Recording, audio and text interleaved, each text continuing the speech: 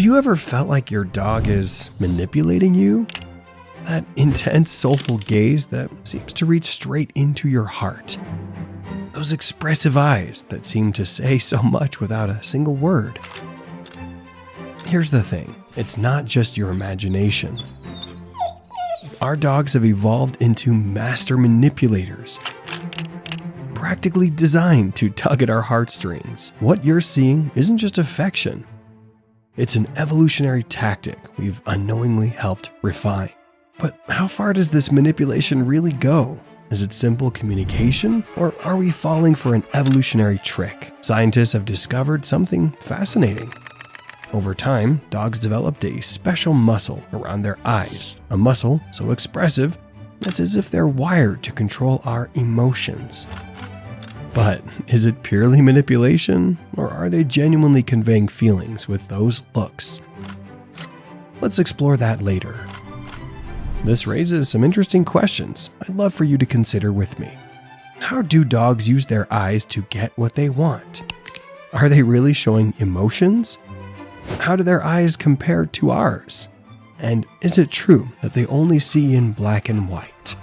Let's dive into the remarkable and complex world of canine eyes.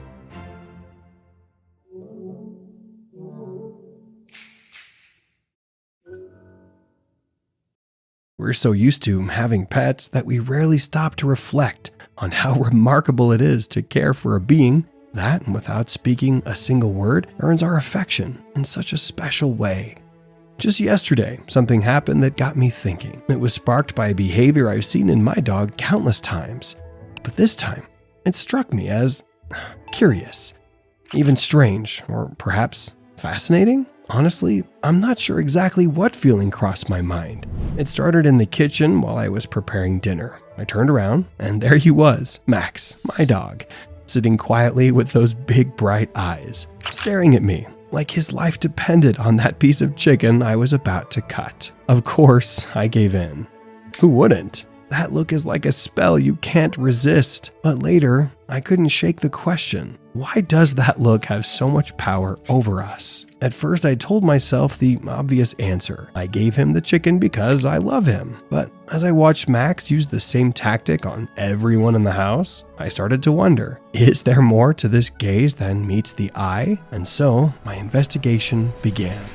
Is it just that eyes are beautiful? Or is there something deeper about how they work? Have they always been this way? Or is this a skill they've developed over time? What I discovered blew me away. This line of questioning led me to a fascinating discovery. Our dog's eyes are an evolutionary marvel designed specifically to connect with us in ways we don't yet fully understand, even in the 21st century. And the most surprising part, we've played a significant role in shaping how their eyes became what they are today. While researching Max's gaze, I stumbled across something truly astonishing. His eyes aren't just expressive by chance. Scientists have found that over thousands of years, dogs developed a special muscle around their eyes that allows them to do exactly what Max was doing in the kitchen, manipulating me. This muscle, called the levator anguli oculi medialis, is found only in dogs. It lets them raise their inner eyebrows, creating that classic puppy dog eyes expression that seems to beg,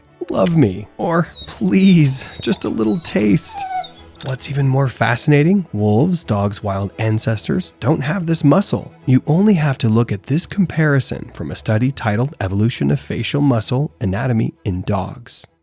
The study, published in Proceedings of the National Academy of Sciences in 2019, analyzed dog and wolf cadavers and found that this muscle was fully developed in dogs, but either absent or barely functional in wolves. According to researchers, this change occurred as a direct result of domestication. Dogs capable of making these expressions were more likely to receive care and food from humans, giving them an evolutionary advantage. When a dog raises its eyebrows in that iconic way, their eyes appear larger, rounder, and more baby-like. And here's where the emotional magic happens. Our brains are wired to respond to that look with feelings of love and protection, just like when we see a human baby.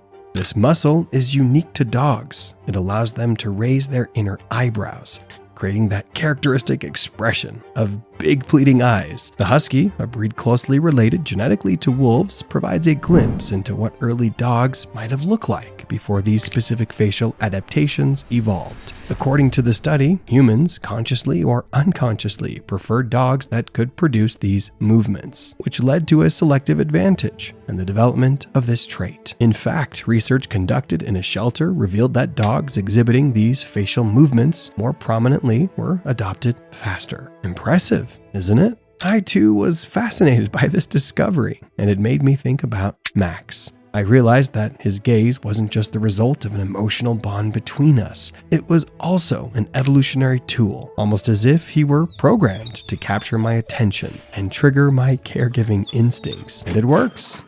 I admit that those eyes have won me over more times than I can count. What amazes me the most is how unaware we are of the role we've played in this evolutionary process.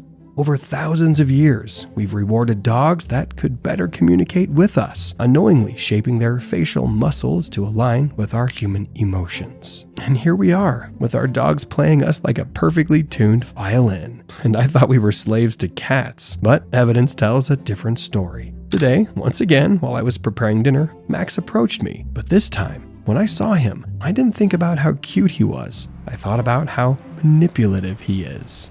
And then I gave him food. Honestly, it wouldn't surprise me if he had read my mind. Something else I found interesting to explore is this. How does Max actually see me? Does he see me in black and white, or is that just a myth? In other words, how does a dog's vision really work? When I started reading about canine vision, I discovered much more than I had expected, a whole new world. And when I came to understand that while a dog's eyes might seem as expressive and human as ours, their actual function is quite different. Of course, when it comes to basic anatomy, their eyes are similar to ours. They have a retina, iris, pupil, cornea, and lens. But the physiology of canine vision has fascinating differences compared to humans. One of the most notable differences lies in their color perception. While we have 3 types of cones in our retinas, allowing us to see a wide range of colors, dogs only have 2. This means that although they can perceive color, their vision is dichromatic, limited to shades of blue and yellow. For them, red and green are practically indistinguishable, appearing as different shades of gray or brown. So, while you see this, your dog sees the same scene like this.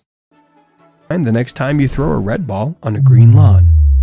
It's not that your dog is ignoring it, they just don't see it the way you do, which makes it harder for them to find. Another key difference is their sensitivity to motion. Dogs have more rods in their retinas than humans, making them much better at detecting movement, especially in low-light conditions. In fact, their sensitivity to motion is 10 to 20 times greater than ours. This heightened sensitivity allows them to notice even subtle shifts in posture. It's one reason dogs can be trained using silent hand signals. Then there's the tapetum lucidum, a reflective layer behind the retina that we humans don't have.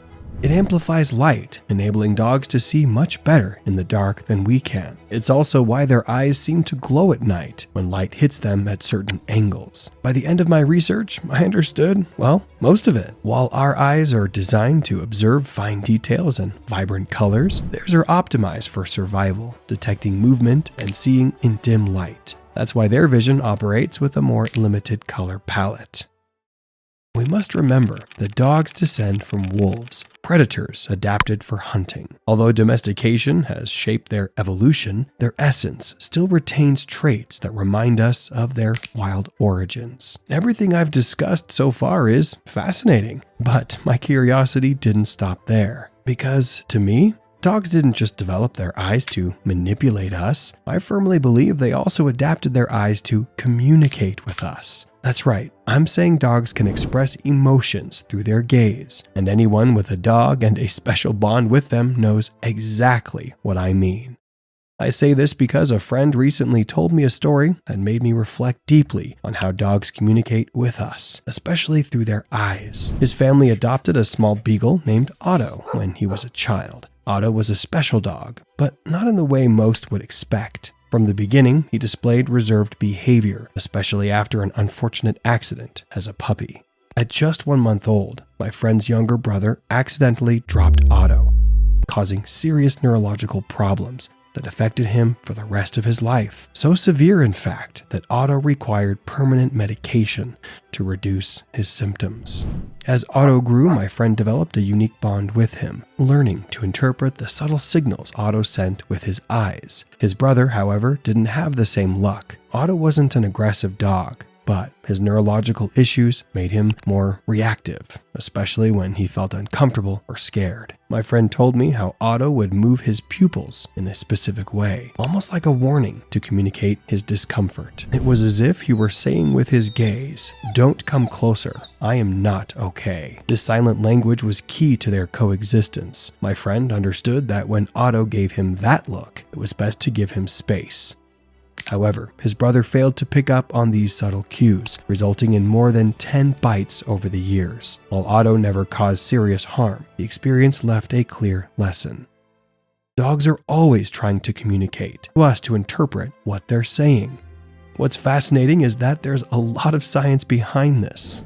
A study published in Applied Animal Behavior Science found that dogs don't just use body position and tail movements to communicate, as we discussed in the previous video. They also intentionally use their eyes. Further research shows that dogs can change the direction of their gaze, or even the position of their pupils, in response to stress or discomfort, sending clear signals about their emotional state. Otto was no different. His eyes were his most powerful tool for expressing what his gestures couldn't. But, as with many human-canine relationships, the problem wasn't with Otto, it was with our ability to listen.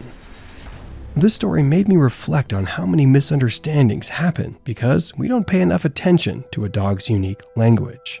And I want to emphasize here now how crucial this is, especially for dogs with more reactive behaviors under stress. It's important to remember that under our care is a living being who, while unable to communicate with words, possesses an emotional depth that sometimes surpasses our own. Perhaps that is our greatest challenge, but learning to read our dog's emotions isn't just an act of love. It might also be the key to harmonious coexistence. Otto never lashed out without first giving a warning. His only mistake was trusting that everyone would understand him. That's all for today. Let me know what you think of this research and share any interesting stories you have about your dog's gaze. Thanks for watching. This is the Dog Inspector. See you in the next video.